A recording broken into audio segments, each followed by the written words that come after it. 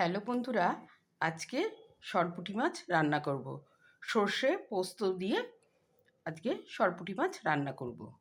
কড়াইতে তেল দিয়ে মাছগুলো একটু হালকা করে ভেজে নেব।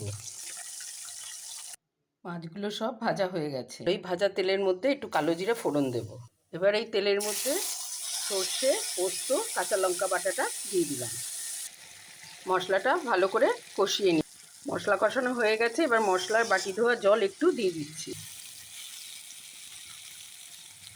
এই ঝোলের মধ্যে ভাজা মাছগুলো দিয়ে দেবো। এই যে মাছগুলো সব দিয়ে দিয়েছি। এবার কয়েকটা গোটা কাঁচা লঙ্কা দিয়ে একটু চাপা দিয়ে সামান্য একটু ফুটতে দেব।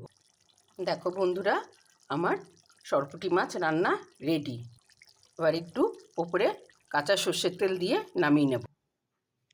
থ্যাংক ইউ এতক্ষণ আমার সঙ্গে থাকার জন্য।